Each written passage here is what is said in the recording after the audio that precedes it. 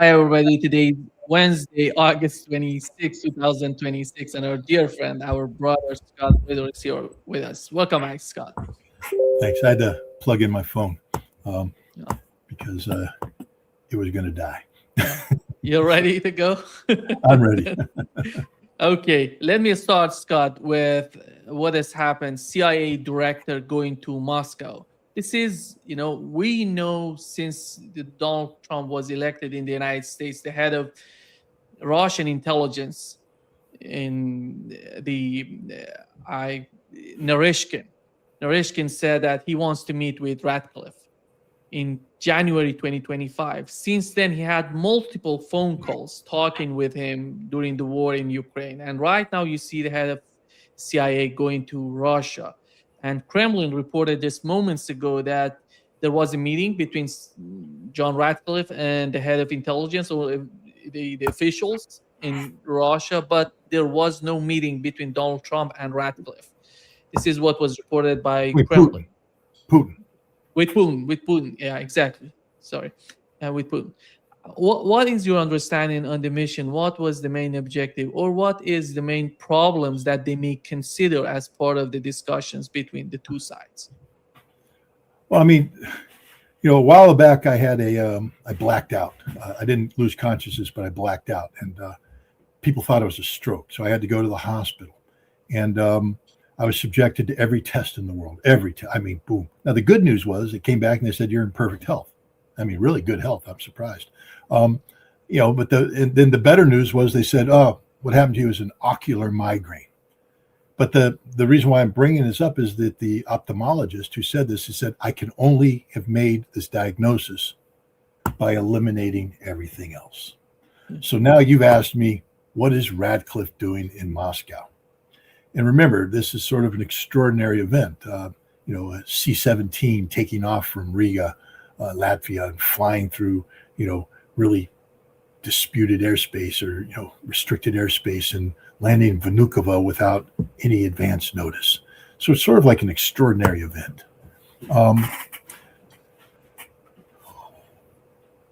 The CIA director does not issue ultimatums to heads of state. Understand that. It just doesn't happen. Okay.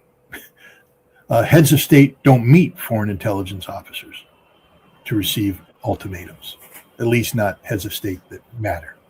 So all this talk, and you saw this in the Wall Street Journal, the New York Times, all this stuff about Radcliffe was going to, issue an ultimatum to Russia. Don't mobilize. Don't, invade Ukraine more. Don't attack NATO. That wouldn't happen. That's something that a Secretary of State would deliver. An ambassador would deliver that if they needed be. They have an ambassador in Russia. It's also a message that could be given to a Russian ambassador in the United States. Russia has a very senior ambassador in the United States. So all that stuff out the window. Two, we have Scott Bessent, because you see this ridiculous reporting coming out of Hormuz News about somehow, Ratcliffe briefed Naryshkin on Bessent's Secretary of Treasury. So the CIA director is briefing the SVR on Treasury Department activity, the threat to sanction. And then apparently Naryshkin felt so overwhelmed by what he heard that he called the Iranian intelligence head and briefed him on it. Then the Iranian intelligence head went ahead and briefed two sources that then talked about it in open press to the media. Now, you are smart enough to know that the Iranian intelligence service doesn't talk much about anything that it does. That's why they're pretty good at what they do. They don't talk. But not just that, they wouldn't talk about a protected conversation with the head of a foreign intelligence service. So let's say Naryshkin did make that call. We're now asked to believe that the head of the Iranian intelligence service, or somebody near him, decided to put their life on the line to brief a story to the Hormuz News that wasn't a story, because it basically said nothing's going to happen.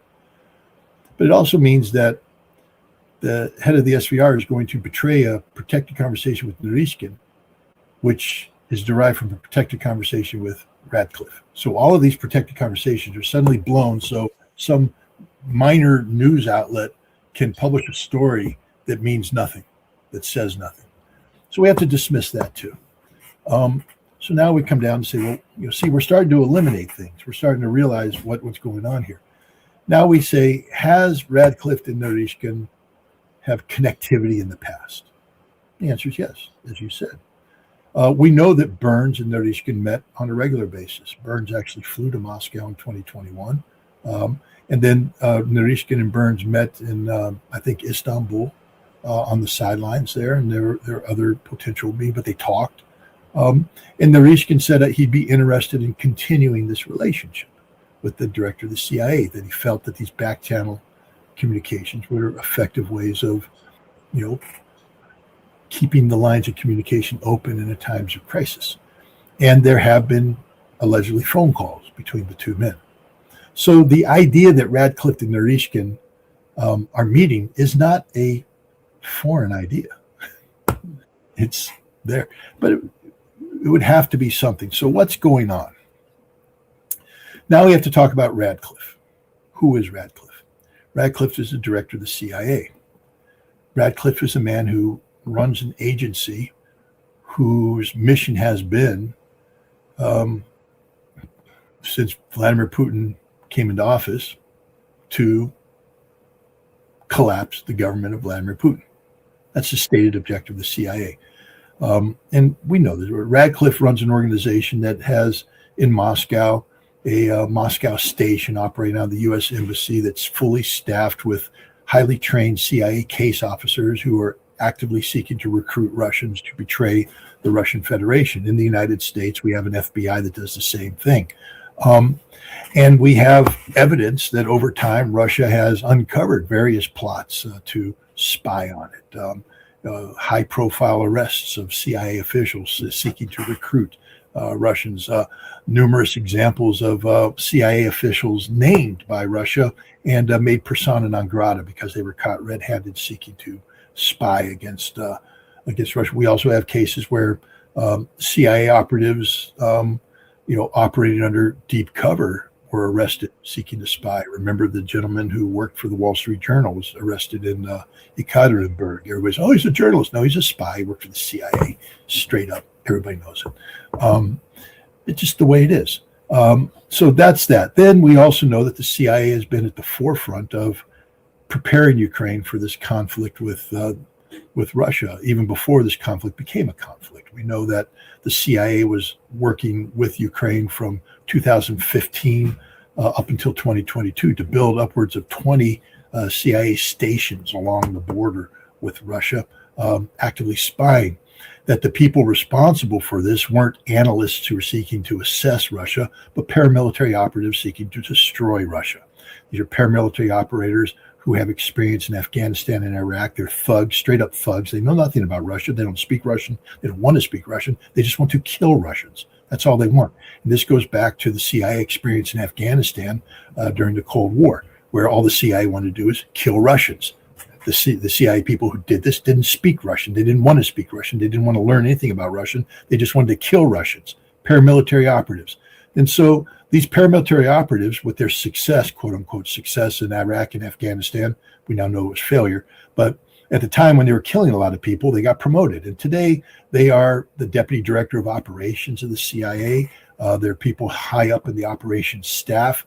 And they're people that have crossed over into when you create a mission center, for instance, melding analytical capability with operational capability into a singularity, like the Russian Mission Center. The operatives, the paramilitary thugs who don't speak Russian, don't know anything about Russia, they run the thing. And so these are the people advising Ratcliffe. And what are they doing? They're working with Ukraine to launch deep strikes into Russia to kill Russians. Their job is to maximize the death rate of Russian soldiers and to punish the Russian civilians. We know because the CIA has admitted working with the Ukrainians on drone strikes into Russia's energy sector. We also know that the CIA was involved in the effort to send 98 drones to Valdai residents when Vladimir Putin was on the phone with Donald Trump in December of 2025. The CIA is in the business of killing Russians. That's it. That's all they exist to do. And so now the man who heads the organization, who openly brags about wanting to kill Russians more effectively, and they've recently talked about it as well, is now in Russia. Why? Is he telling Naryshkin, we want to kill more Russians? I don't think so. I don't think you fly into Moscow to say, we want to kill more Russians. I mean, that's a very short conversation. And by all accounts, he was on the ground for like 8 hours, and there were like 4 hours of meetings. I think actually the message from this man was, we want to stop killing Russians. And we want to find a way to stop killing Russians. And we need your help. Because the normal passive diplomacy just haven't worked. I mean, Marco Rubio has no credibility. Marco Rubio is a straight up liar, and the Russians have called him out on it. It's very strange to have Secretary of State sit in on a meeting between Donald Trump and Vladimir Putin where a deal was made, where the Russians put a compromise on the table, and Donald Trump went, yeah, we can do it. That turned to Rubio, and Rubio said, yeah, we can act on that. And now Rubio is saying there was no such agreement. And Putin's like, I was there. There was an agreement. And so Marco Rubio is a liar. Can't be trusted. Won't be trusted ever again. The president's two special envoys, Kushner and Witkoff, Laurel and Hardy. I'm going to start calling them that. In fact, I think it's very effective. I was going to call them Beavis and Butthead, but they look more like Laurel and Hardy. So, this comedy duo has been flying in line to the Russians, blowing smoke up their derrieres, and the Russians just got fed up with it. And they were supposed to go this month, in August, the end of this month. And the Russians have said, nah, we're not interested. So Laurel and Hardy are staying home. Kash Patel's supposed to be going there in October, middle of October, the head of the FBI, to have intelligence on intelligence talks. Something happened that they can't wait until October, and it's of such importance that it can't be entrusted to Laurel and Hardy, Witkoff and Kushner. What is it? Well, so now where's the CIA heavily involved in? Ukraine. The CIA is the driver there. And the CIA now knows the truth. I mean, for instance, if the CIA is the one driving the Ukrainian drone war against Russia, which it is, the FP-1 drones we know are the CIA's tool of choice. But the FP-1 drone, we found out, is at the center of some controversy in Ukraine today. See, Firepoint, the company that manufactures this, people should dig into Firepoint a little bit more. Let me give you a hint. It didn't exist until 2022. And it was created by three people who know nothing about drones, nothing about defense industry, nothing about anything. One was a talent scout for Zelensky-related films when he was president. The other one was a location scout. He would go find the places where you're going to make the videos so the talent scout could recruit the actors who could do the videos. And the other person was a corrupt businessman who was thrown out of Russia by the FSB because of his corruption. These three people have a link to somebody named Timur Mindich. You might recognize that name. He's a man who's currently indicted in Ukraine for billions of dollars of fraud. He's run off to Israel, of all places, but he's still trying to buy a controlling stake in Firepoint, this company that these people created with $1.5 million and zero infrastructure. Today, it's a $6 billion company with massive infrastructure. How did they get that? It was gifted to them because it's all a scam, it's all a grift, it's all a fraud. But they created this drone, the FP-1 drone, which actually designed by the British, and they sold it to the Ukrainian government at $55,000 per copy. The drone costs a little less than $5,000 to make. And in fact, there was a competing company that was going to sell the same kind of drone to the Ukrainian government for $5,000. But Fedorov, the people before him went with the FP-1 drone, FP-2 drone. Fedorov, when he became defense minister in January, is part of this. He's friendly with Mindich, by the way. It's all there. And Fedorov said, we're going to divert 60% of the drone budget to Firepoint. So Firepoint's going to become the major producer of drones. And the big purchase item was FP-1 drones and Flamingos, FP-5s. Of course, they've got FP-9 that they're working on and FP-7, the Air Interceptor, all these projects. But it's all a grift, a giant grift. But he did something worse. Fedorov, in order to pump up the profit margin for Firepoint, not just put 60% of the business to Firepoint, but diverted $27 billion. They're earmarked for the second half of Ukraine, for the totality of Ukraine's defense spending. People ask, why did Sierski get upset with Fedorov? Remember back in July when Fedorov was relieved and Syrskyi was saying, my God, this is horrible. And then Syrskyi was fired. Well, Syrskyi was upset because he knew the truth, that all the money that he needed to defend Ukraine, all of the money he needed to defend Ukraine had been diverted by Fedorov to Firepoint to produce drones in a drone campaign that wasn't working. 1,400 drones flown into Russia over a course of 3 days, 8 hit their targets. Guys, do the math. 1,400 times 55,000 gives you a big number. A big number to get 8 things that go pop and have no strategic value. And now Ukraine's bankrupt. They have no money. None. They're begging the Europeans to emergency release 30 billion euro to make up for this gap. This gap. On the battlefield, the Ukrainian army is being eviscerated, slaughtered. They have no chance. Their drone operators are being murdered every day. I used to say being killed, but it's murdered now because of the level of Russian dominance of the information space overhead. I don't feel sorry for these drone operators, but they're being murdered. Oh, but now we come to the kicker. They've run out of male drone operators. They run out of men. And they're going to start mobilizing women to die in this war. The last 6 months, the first half of 2026, there were like 74,000 live births in Russia. And there were like 280,000 deaths. It's a 4-to-1 ratio. Normally you need more people to be born than die to keep the population level where it needs to be. Here, Ukraine is losing 4 times, and this is what's admitted. We know for a fact that there are hundreds of thousands of deaths on the battlefield that Ukraine's not admitting, the so-called missing in action. Abandoned bodies. We have the Russians recovering the corpses still in Kursk area of the 70 to 80,000 Ukrainians that were butchered there by the Russian army after they invaded Russia. So there's hundreds of thousands of Ukrainians who aren't accounted for. So the ratio is actually closer to 8-to-1. For every Ukrainian born, 8 are dying. This is how you erase a nation state. And the CIA is good enough at math that they can figure that one out.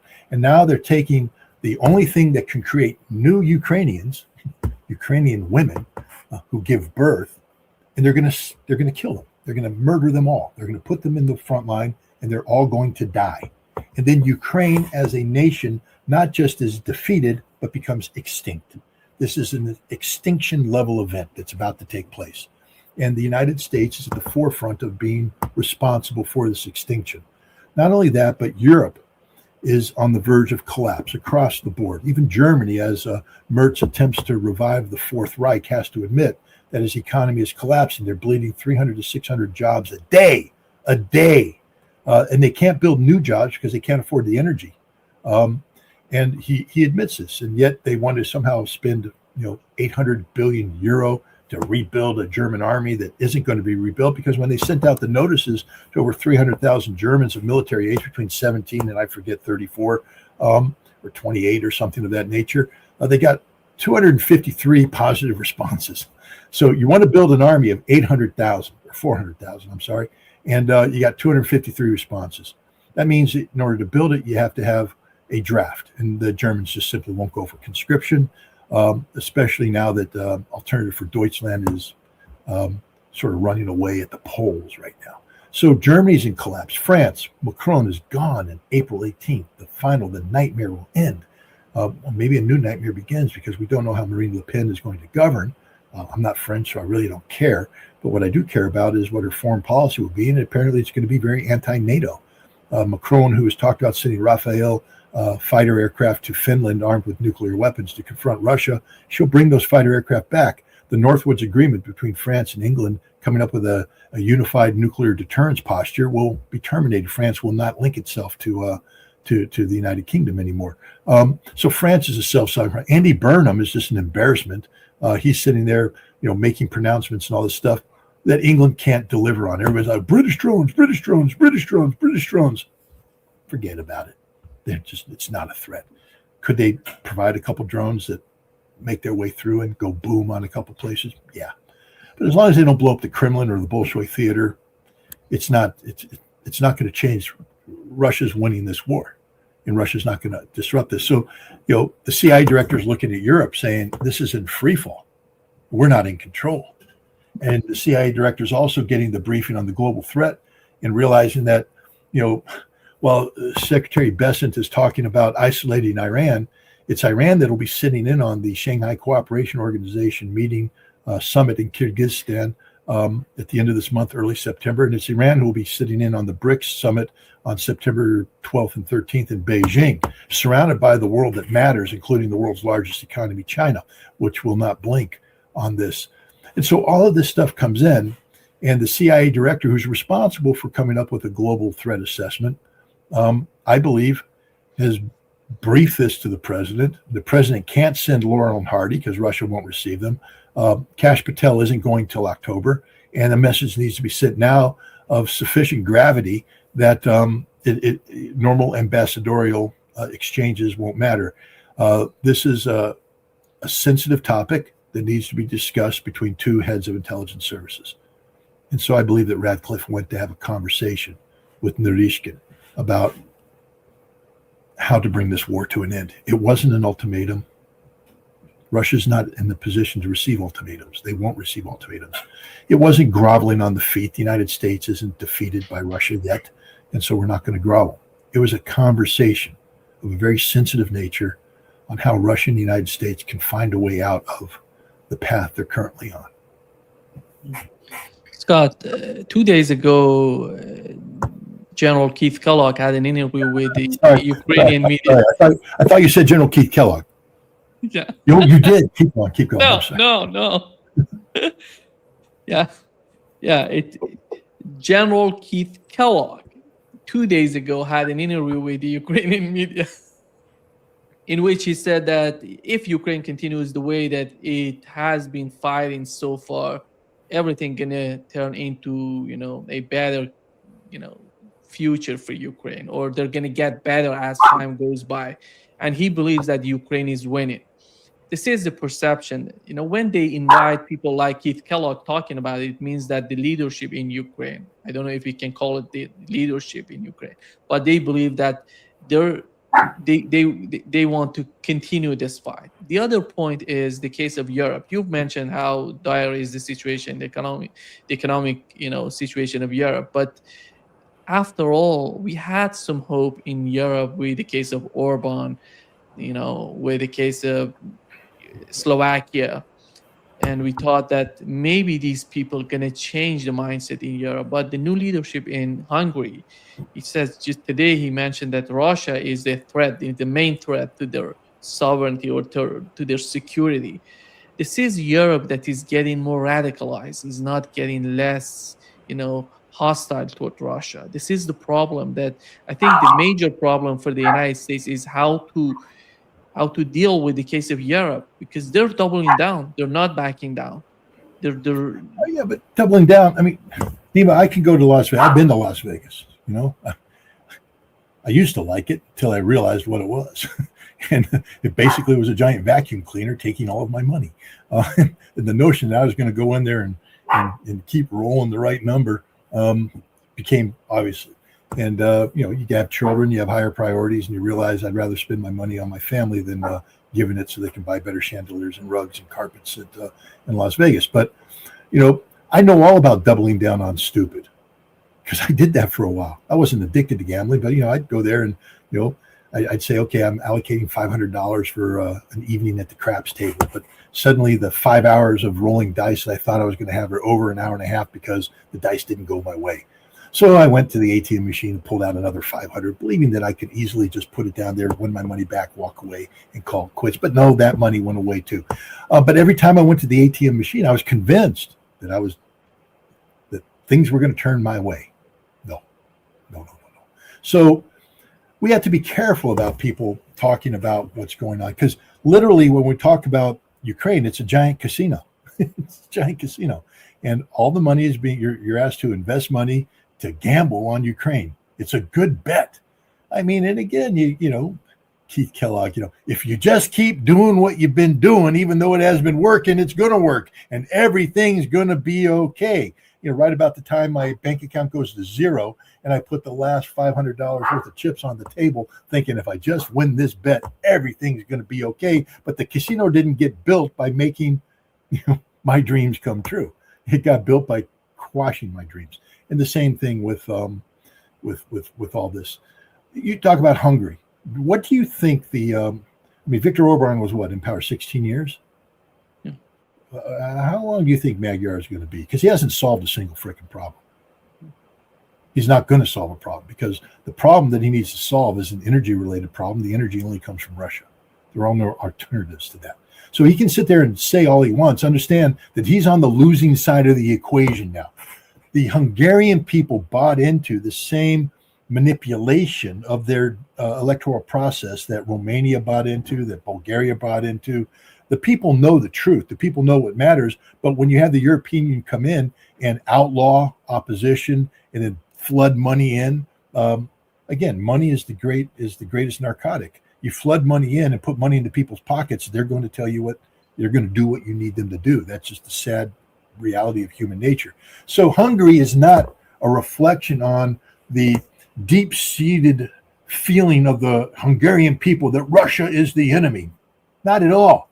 What you're seeing is a politicized, verbiage coming out of the mouth of a man who has sold his soul to the European Union, a non-existent entity that's collapsing as we speak. The addicts, the people addicted to the Ukrainian casino, they're doubling down. There's no doubt about it. They have no other choice. They're too far in. They can't walk away. They can't explain to their wife why there's no more money in the ATM. They've got to try and win. They're not going to. It's pathetic. So Europe is going nowhere. What is Europe? I mean, if you can articulate one thing of substance Europe is doing, substance. I'm not talking about hot air. I'm talking about substance. Give me something substantive. And please don't talk about drones because that's not substantive. That's a facade. Substantive is armored divisions. Substantive is aircraft wings. Substantive is, artillery.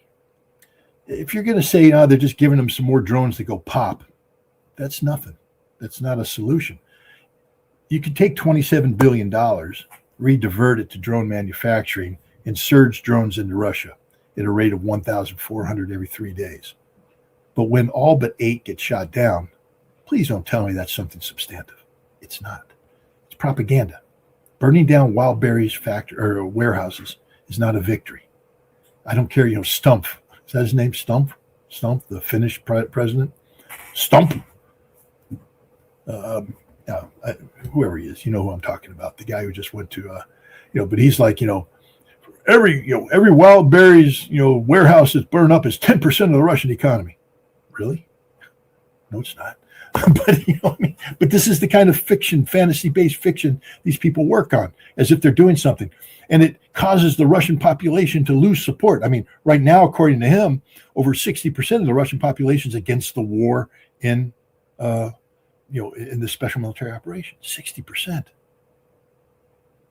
Then why does Putin have 76% approval rating and it's going up? I don't know. See, the numbers don't add up. But the fact of the matter is, Europe is nothing. It's a big nothing burger. There's nothing of substance in Europe today. And Russia knows this. This is why Russia's just going to ride out all the provocations that are taking place, which is, again, why I don't buy into the Wall Street Journal's narrative, which is part of the information warfare taking place, that U.S. intelligence picked up on Russia trying to mobilize, 300 to 500,000 men after the election. I mean, hey, man, if it happens, I'll eat my shoe live on TV. Who knows what's going to happen? But there's no evidence of this, and the Russian government has gone out of its way to say that's not happening. It's not needed. And the fact is, it isn't needed. They are meeting their manpower requirements through their existing recruitment. It's actually getting better. One of the unintended consequences, I guess, of the drone war unleashed by Zelensky is that people who were otherwise avoiding military service are saying, screw it, this thing got to come to an end, and they're signing up. St. Petersburg, sort of home of the liberal elite of Russia. The St. Petersburg people like to say we're better than the rest, we're smarter, we're more cultured than those Muscovites. We've got really good theaters here. They just got the Bolshoi, and that's just all for show. But we got deep-seated culture. We're really good. We got the museums. We got it all. And we're not going to go to war. Come on, we're the elite. The Russian men of St. Petersburg are signing up by the tens of thousands to go fight this war, to bring it to an end. So, Keith Kellogg could just pounce it. But remember, Keith Kellogg's also the guy that sat there and used his daughter as an example of combat capability for women to encourage the drafting of Ukrainian women. I don't wish harm on anybody, but what would Keith Kellogg think if his daughter got butchered on the front lines in a trench by a Russian artillery shell? Because he has to remember his daughter didn't see combat. He knows his daughter didn't see combat. He knows that his daughter was commanded an air delivery platoon that she that rigged things for delivery by parachute if needed. But she never engaged in a firefight. She was never put in harm's way. She operated out of an air base. I don't know if she flew any missions. She probably did, because that's what leaders are supposed to do on occasion, just to prove that they can do it. But to call her a combat veteran is absurd in the extreme. She's not a combat veteran. She didn't see combat. She didn't fight. She didn't fire around in anger. And she was never put in a position other than inadvertently. I mean, I guess you could say that if she's in Bagram and mortars are hit, she could have been hit by a mortar. But she wasn't in a trench line. She didn't live that life. And Keith Kellogg is putting her up there as an example that my daughter did it, therefore the Ukrainian women can do it. No, Keith, they can't. This is what happens when we let, again, we need to call it out. I've called out other names. I won't put you on the spot. You know what name I've called out. But let's call out Keith Kellogg. He is literally an agent of the Ukrainian government. He's been decorated by the Ukrainian government for his service. He's paid by the Ukrainian government for his service. His daughter makes millions of dollars. She's not an honorable person. We're not talking about somebody who's doing this because of dedication. She's not living in a hovel, shoveling all her money in to help. She makes millions of dollars a year by fronting for defense-related activities on behalf of Ukraine. She is literally, in every sense of the word, a foreign agent of the Ukrainian government. So is Keith Kellogg. People need to understand that. Keith Kellogg doesn't serve anybody but the Ukrainian government.